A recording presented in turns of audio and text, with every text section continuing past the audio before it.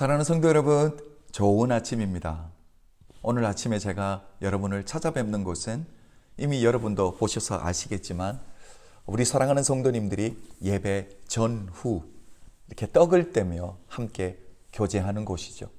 그리고 우리 어린아이들이 마음껏 뛰어다니며 노는 장소이기도 합니다. 이렇게 성도님들이 많이 계시던 장소에서 오늘 저 혼자 이렇게 있으니까 마음이 허전하고 섭섭한 마음이 있습니다. 그러나 이제 곧 주님의 은혜로 우리 사랑하는 성도님들이 다시 모여 하나님을 마음껏 예배하며 기뻐하며 교제할 날을 기대하며 기도하며 오늘 아침 말씀 함께 나누도록 하겠습니다. 여러분, 오늘 아침은 사순절 32일째 되는 날입니다. 사흘 후면 우리 주님이 십자가에 못 박히시기 위해 예루살렘에 입성하시죠.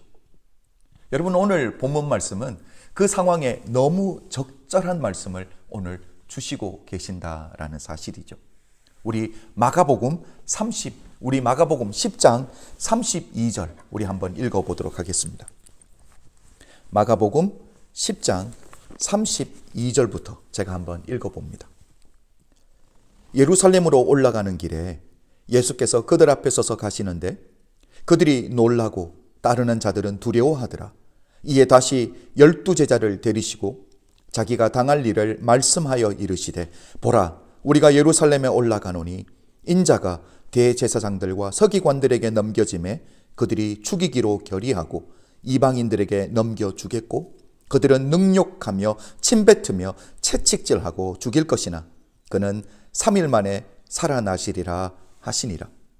세베대의 아들 야고보와 요한이 주께 나와 여짜오되, 선생님이여, 무엇이든지 우리가 구하는 바를 우리에게 하여 주시기를 원하나이다. 그리고 스토리가 계속 전개됩니다.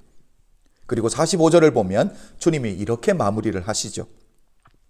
인자가 온 것은 섬김을 받으려 함이 아니라 도리어 섬기려 하고 자기 목숨을 많은 사람의 대속물로 주려 함이니라. 여러분, 예수님이 이 땅에 오신 이유를 오늘 본문은 다시 말씀을 해주고 있습니다. 이미 8장부터 주님은 말씀하셨죠. 8장, 9장, 그리고 10장에 와서 다시 한번 주님이 이 땅에 오신 이유가 뭔지, 결국 십자가의 죽음과 사흘 만에 부활하실 것. 그런데 오늘 좀 더 구체적으로 주님의 고난에 대해서 설명을 해 주시죠. 뭐라고 말합니까? 우리 주님이 능욕을 당하시게 될 것과 채찍질을 당하시게 될 것과 침뱉음을 당하게 되고 그리고 결국 죽게 될 것에 대해서 말씀을 하십니다. 10장에 와서 처음으로 주님이 말씀해 주시는 게 한 가지가 있는데 그게 뭐냐면 주님이 고난을 당하시는 이유를 설명해 주시고 계십니다. 고난을 당하시는 이유가 뭡니까? 바로 죄인된 저와 여러분을 구원해 주시기 위해서 주님이 대속물로 죽으시게 된다라고 말씀을 하고 있습니다. 여러분, 대속물이라는 단어는 우리가 자주 사용하는 단어는 아니죠. 영어 성경을 보면 ransom이라는 단어를 쓰고 있고요. 우리 헬라어 성경을 보면 퀴트론이라는 단어를 쓰고 있는데 이 단어를 언제 사용하냐면 노예를 해방하기 위해서 몸값을 지불한다라는 의미입니다. 여러분, 영화에서 종종 유괴범들이 아이를 유괴하고 아이의 몸값을 요구할 때 쓰는 단어가 ransom이거든요. 그러니까 몸값을 지불하시는 삶이 바로 우리 주님의 삶이다라고 이야기를 하고 있는 거죠. 예수 그리스도께서는 죄인된 우리를 위해 우리를 죄의 권세에서 자유케 해주시고 사망 권세를 이기기 위해서 우리 주님이 대속물로 이 땅에 오셨다라는 사실입니다. 여러분, 오늘 본문을 보면 참 안타까운 부분이 한 가지가 있습니다. 우리 주님은 당신이 고난당하실 것, 십자가에 죽게 될 것. 여러분, 토픽이 참 무겁지 않습니까? 그런데 주님은 이렇게 말씀하시자마자 금방 제가 읽어드렸지만 세베대의 두 아들 야고보와 요한이 주님 앞에 둘이가 와서 요청하는 것이 한 가지가 있습니다. 주님의 나라가 영광 가운데 임할 때 주님, 우리 두 사람, 한 사람은 주님의 좌편에 한 사람은 주님의 우편에 앉혀주십시오. 한 자리를 청탁하고 있다라는 거죠. 여러분, 우리가 8장부터 계속 보고 있지만 여러분, 우리 주님은 하나님의 일을 끊임없이 이야기를 하고 계십니다. 그런데 제자들은요, 끊임없이 사람의 일, 누가 큰 자인지 육신의 정욕에 제한된 이야기, 생각들로 그 사람들의 관심이 거기에 묶여져 있다라는 것을 보게 되는 거죠.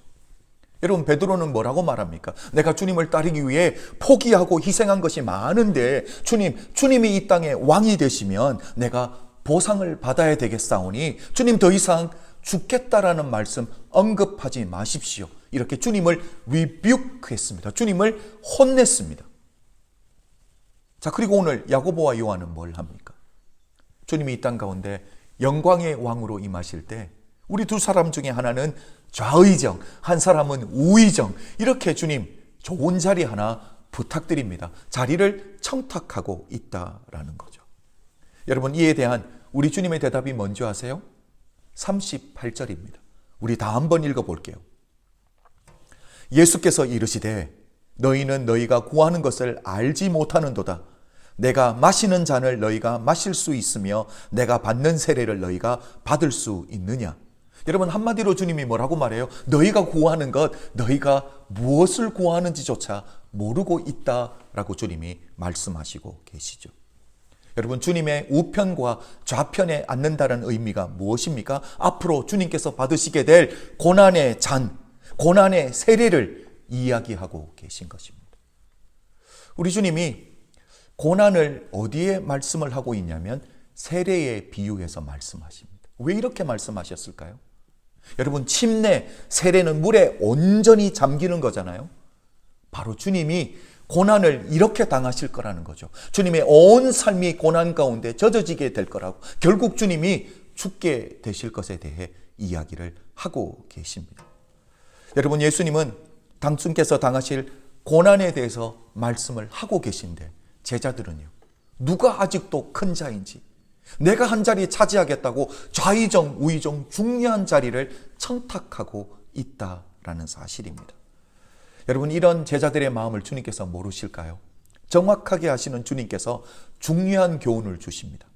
44절을 보면 너희 중에 누구든지 으뜸이 되고자 하는 자는 모든 사람의 종이 되어야 하리라. 여러분, 우리 주님의 우편과 좌편에 앉는다라는 의미가 무엇인지 주님이 분명하게 말했습니다. 주님의 좌편과 우편에 앉는다는 의미가 뭡니까? 가장 낮은 자리, 종이 된다라는 의미입니다. 여러분, 종은 내가 사라지는 것, 종은 내 계획이 없는 사람입니다. 잠언 17장 1절을 보면 이렇게 말하죠. 마른 떡 한 조각만 있고도 화목하는 것이 제육이 집에 가득하고도 다투는 것보다 나으니라. 여러분, 예수님께서 으뜸이 되는 길이 무엇인지를 분명하게 말씀해 주고 계십니다. 바로 화목하게 하는 것. 여러분, 우리 어저께도 보았지만 화목이 어떻게 가능합니까? 소금이 맛을 내듯이 결국 소금은 사라져 버리는 거예요. 맛을 내기 위해서 나는 사라지는 거예요. 결국 화목하기 위해서는 내가 사라져야 된다는 거죠. 결국 종도 내가 드러나는 게 아니잖아요. 내가 드러나면 어떻게 종이 되겠습니까? 여러분, 화목하는 길은 하나밖에 없습니다. 내가 사라지는 것. 그게 바로 종이라는 사실입니다.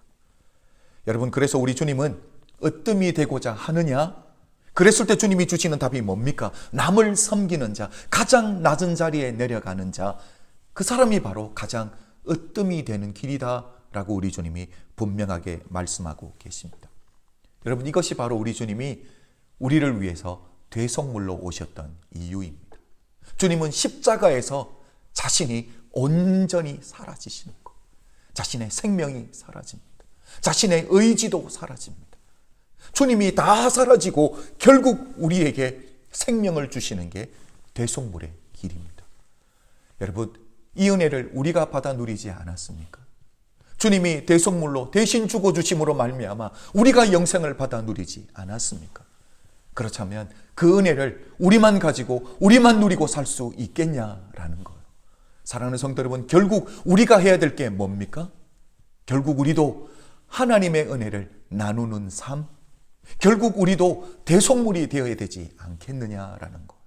내 생각을 희생하고 내 의지도 낮추고 그래서 결국 나는 사라짐으로 말미암아 내 안에 계신 예수 그리스도만 드러나서 결국 하나님이 기뻐하시는 화목 제물이 되는, 화목하게 만드는, 우리 주님이 하셨던 일이 뭡니까? 주님이 대속물로 죽으심으로 말미암아 재현되었던 우리와 하나님과의 관계를 화목하게 만들어 주셨거든요. 그 길이 바로 십자가의 길, 결국 주님이 사라지는 길입니다. 사랑하는 성도 여러분, 하나 되는 일, 하나 되게 만드는 길은 결국 내가 사라지는 길이에요. 우리 주님의 여러분 고난주간을 기다리고 있는 오늘 하루 내 생각이 사라지며 내 의미가 사라지고 내 생각이 사라짐으로 말미암아 내 안에 계신 예수 그리스도 십자가만 온전히 보이는 하나님의 사람들이 다 되시기를 주님의 이름으로 축복합니다. 기도드리겠습니다. 사랑하는 주님 감사합니다. 오늘도 우리 사랑하는 성도님들과 귀한 말씀 나누게 하신 것 감사합니다. 우리 주님이 이 땅에 대속물로 오시고 십자가에서 당신이 사라짐으로 말미암아 우리에게 영생을 주신, 그리고 죄로 인해 깨어졌던 하나님과의 우리 관계를 화목케 하신 하나님 감사합니다.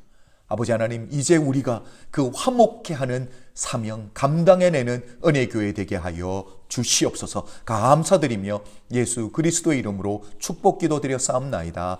아멘. 사랑하는 성도 여러분, 저는 다시 내일 아침 하나님의 말씀을 가지고 여러분 찾아뵙도록 하겠습니다. 사랑합니다. 축복합니다. 내일 뵙겠습니다.